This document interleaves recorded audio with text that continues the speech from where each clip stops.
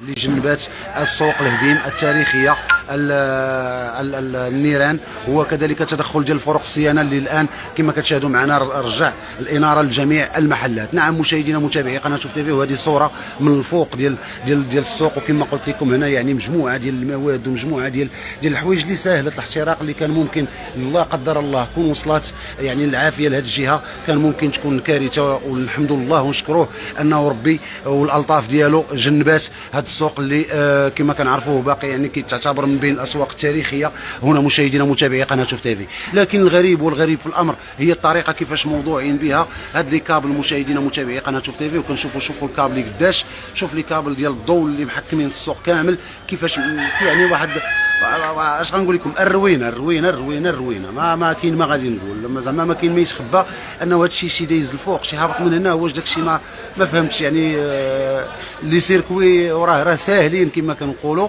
الان يعني كما سمعت من احد الاطور ديال الشركه انه العافيه شعلات بجنب الكابل ولكن ما يمكنش عاوتاني غتشعل العافيه جنب الكابل. الله اعلم، الاسباب هما اللي غادي يعرفوها، اللي غادي يوقفوا على هذه الاسباب الحقيقيه وراء هذا الشيء هذا. لكن تدخل ديال رجال الوقايه المدنيه وكذلك السلطات المحليه ورجال الامن الوطني على الفور كان له دور كبير مشاهدينا متابعي قناه شوف تيفي، وجنب الخسائر الكبرى لهذه المحلات واللي اليوم كما كنعرفوها يعني دايرين هذه الكيزات ديالهم، دايرين هذه المسائل. راه السقف كما كتشوفوا معي، شوفوا لي كابل فين واصلين، شوفوا الشبكه كي دايره التخربيقه ديال الكابليات وديال الخيوط. وكاين يعني كاين الهوت طونسيون، كاين يعني ماشي الهوت طونسيون مي التوتر العالي، يعني راه كاين دي كابل كبار اللي عاطين التوتر المنخفض. واش كل شيء خدام؟ كاين اللي ما خدامش، كاين باقي دي برونشمون هنايا اللي باقيين واقيلا من واحد الفتره من النهار دخل الضوء واقيلا اول مره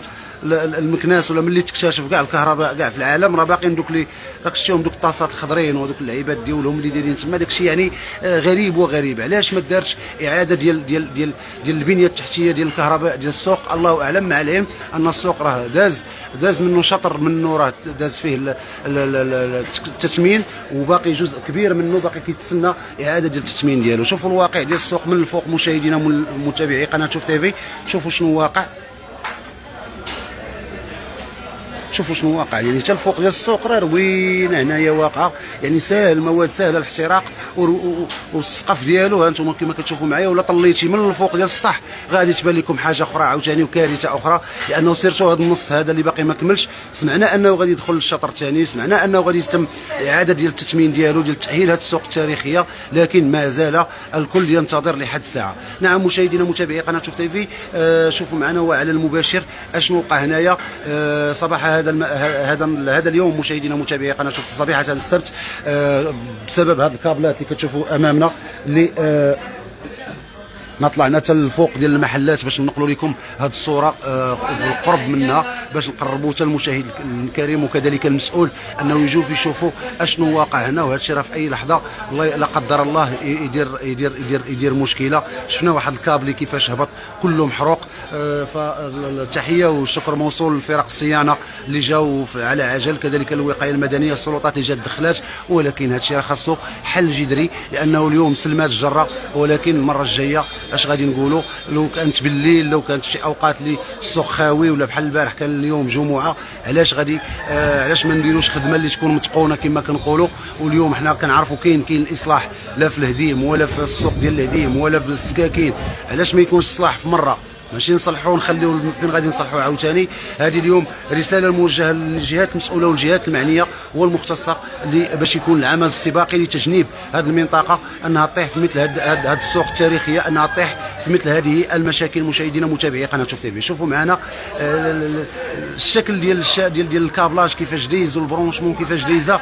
هذاك الشيء غير فهمتيني قدرة الله وقدره وصافي، ربي مع هاد الناس مساكن وصافي. هذا هو اللي كاين. لانه هذه اليوم هاد الطريقه باش موضوع هذا الشيء راه كنشوفوا كما قلت دي كابل اللي جايين كبار، يعني كابليات كبار نيت.